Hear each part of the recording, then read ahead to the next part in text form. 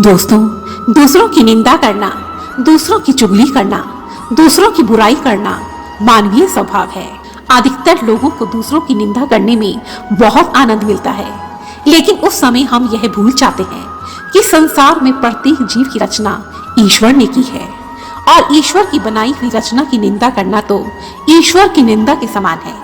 हमारे प्राचीन ऋषि मुनियों के अनुसार यदि कोई व्यक्ति ए किसी दूसरे व्यक्ति बी की निंदा करता है तो वह व्यक्ति ए बी के किए हुए पाप कर्मों का भागीदार बन जाता है और उस व्यक्ति ए को उन सभी पापों की सजा भी भोगनी पड़ती है जो कि उसने कभी किए ही नहीं थे।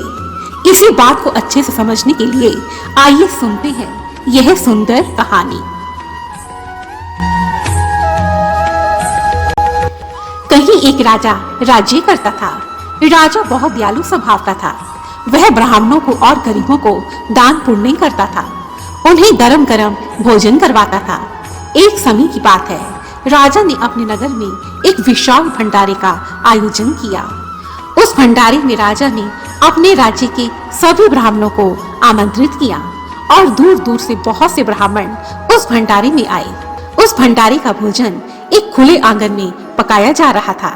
राजा का रसोइया बड़े बड़े बर्तनों में भोजन पका रहा था और ठीक उसी समय आसमान में एक बड़ा सा गिद्ध अपने पंजे में एक जिंदा सांप को लेकर राजा के महल के ऊपर से गुजर रहा था। गिद्ध के पंजे में जकड़ा हुआ वह सांप दर्द से तड़प रहा था और पंजों से छुटकारा पाने के लिए उस सांप ने फुफकार मारी और ऐसा करते हुए सांप के मुंह से थोड़ा जहर गिरा और सांप के उस जहर की कुछ बूंदें भोजन के उन बड़े बड़े बर्तनों में भी गिर गई और किसी को भी इस बात का पता नहीं चला और इस प्रकार भंडारे का वह भोजन जहरीला बन गया। थोड़ी देर के पश्चात सभी ब्राह्मणों ने प्रेम से भंडारे का भोजन खाया, परंतु दुर्भाग्यवश भोजन जहरीला होने के कारण उन सभी ब्राह्मणों की मृत्यु हो गई। जब राजा को ब्राह्मणों की मृत्यु के विषय में पता चला तो ब्रह्म हत्या होने के कारण राजा बहुत दुखी हो गया। यद्यपि राजा का इसमें कोई दोष नहीं था। उधर यमलोक से यमराज के दूत उन मृत ब्राह्मणों की आत्माओं को लेकर यमलोक में पहुंचे और तब चित्रगुप्त ने मृत्यु के देवता यमराज से पूछा, हे धर्मराज, कृपया यह बताने की कृपा करें कि इतने सारे ब्राह्मणों की हत्या के पाप का भागीदार कौन है? क्या वह राजा जो कि सेवा भाव से ब्राह्मणों को भोजन खिला रहा था, या फिर वो रसोइया जो कि यह भोजन पका रहा था? उसे तो पता भी नहीं कि कब उसका बनाया हुआ भोजन जहरीला बन गया। या फिर वो गिद्ध जो कि अपने पंजों में जकड़कर उस सांप को ले जा रहा था, या फिर वो सांप जिसने केवल अपनी रक्षा के लिए फुंकार मारी, और फुंकार मारना तो प्रभु सांप का स्वभाव है। अब आप ही बताइए प्रभु कि इतने सारे ब्राह्मणों की हत्या का पाप मैं किसके खाते में लिखूं? चित्रगुप्त की बात सुनकर मृत्यु के देवता यमराज भी सोच में पड़ गए। चित्रगुप्त, अभी इन सभी को अपने अपने कर्मों के अनुसार अपने अपने स्थानों पर भेज दो। समय आने पर ही इस बात का निर्णय होगा कि ब्रह्म हत्या का जिम्मेदार कौन है।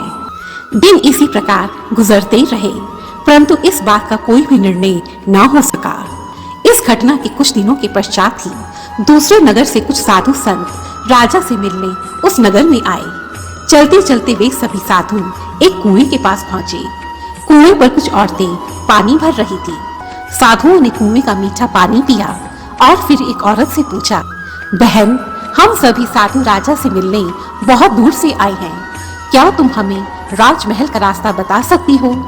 यह सुनकर उस औरत ने मुंह बिचकाया और फिर कहने लगी, अरे, तुम उस दुष्ट राजा से मिलना चाहते हो? वह राजा तो बहुत ही नीच है। उसने तो भोजन में जहर मिलाकर कितने ही ब्राह्मणों की हत्या कर दी। उसे तो बहुत ही पाप लगेगा। जैसे ही औरत ने यह बोला, इस औरत के ये सभी शब्द यमराज के कानों में पड़े और उन्होंने उसी समय एक निर्णय लिया और कहा, चित्रगुप्त, उन सब ब्राह्मणों की हत्या का पाप इस औरत के खाते में डालो। इस औरत को इतने सारे ब्राह्मणों की हत्या का पाप भोगना पड़ेगा। यमराज की बात सुनकर चित्रगुप्त आश्चर्यचकित हो गए और कहने लगे, ऐसा क्यों धर्मराज? ब्राह्मणों की हत्या का तो इस औरत से कोई संबंध ही नहीं है, फिर उसे ही ब्रह्म हत्या का पाप क्यों भोगना पड़ेगा? यमराज ने कहा, सुनो चित्रगुप्त, जब भी कोई व्यक्ति जानबूझकर पाप कर्म करता है तो ऐसा करते हुए उसे बहुत आनंद मिलता है। लेकिन उन निर्दोष ब्राह्मणों की हत्या से ना तो राजा को, ना ही रसोइये को, ना ही गिद्ध को और ना ही उस सांप को कोई आनंद मिला। वे सब तो इस अपराध से भी अनजान थे, परंतु ब्रह्म हत्या के उस पाप का इस औरत ने जोरों शोरों से बखान किया और फिर पूरा आनंद लिया। इसी कारण यह औरत ही इस पाप कर्म की भागीदार बन गई। और वैसे भी चित्रगुप्त, यह परम सत्य है कि जब भी कोई व्यक्ति किसी की बुराई करता है, चुगली करता है अथवा निंदा करता है, तो जिसकी वह निंदा करता है उसके सभी पाप निंदा करने वाले के खाते में आ जाते हैं। हे चित्रगुप्त, इस औरत ने जोरों शोरों से ब्रह्म हत्या जैसे पाप कर्म की निंदा की। इसी कारण यह औरत ही इस पाप कर्म की भागीदार बन गई और इतना बड़ा पाप उसके खाते में जुड़ गया। यमराज की बात सुनकर चित्रगुप्त नतमस्तक हो गई। इस प्रकार थोड़ी सी निंदा करने के कारण इतने सारे ब्राह्मणों की हत्या का पाप उस औरत के खाते में आ गया। दोस्तों, अंत में इस कहानी का यही सार है कि हम अपना कीमती समय दूसरों की बुराइयां करने में, दूसरों की चुगलियां करने में वेस्ट कर देते हैं। हमें ये नहीं मालूम कि जिसकी हम बुराई कर रहे हैं उसके पाप भी हमारे अकाउंट में आकर जुड़ जाते हैं और हमें उन पापों की सजा भी भोगनी पड़ती है जो पाप हमने कभी किए ही नहीं थे। दोस्तों, हम अक्सर यह सोचते हैं कि हमने तो किसी को कोई दुख नहीं दिया था, फिर हम इतना दुख क्यों भोग रहे हैं। वास्तव में ये दुख उन पाप कर्म के कारण हमें मिलता है जो पाप कर्म हम दूसरों की बुराई करके, दूसरों की चुगली करके कमाते हैं। दोस्तों, यदि आप अपने जीवन में खुश रहना चाहते हैं तो आज से, अभी से दूसरों की बुराइयां करना, दूसरों की चुगलियां करना बिल्कुल बंद कर दें, बल्कि अपने मुंह से अच्छी अच्छी बातें बोले जो दूसरों के मन को खुशी पहुंचाए। धन्यवाद। दोस्तों, मेरी ये कहानी आपको कैसी लगी मुझे कमेंट बॉक्स में लिखकर जरूर बताएं तथा मेरी ऐसी ही सभी कहानियों को देखने के लिए रेड कलर के बटन को प्रेस करें, मेरे चैनल को सब्सक्राइब करें और साथ ही वहां एक घंटी का निशान भी आपको दिखाई देगा, उसे भी आप जरूर दबाएं। धन्यवाद। जय माता दी।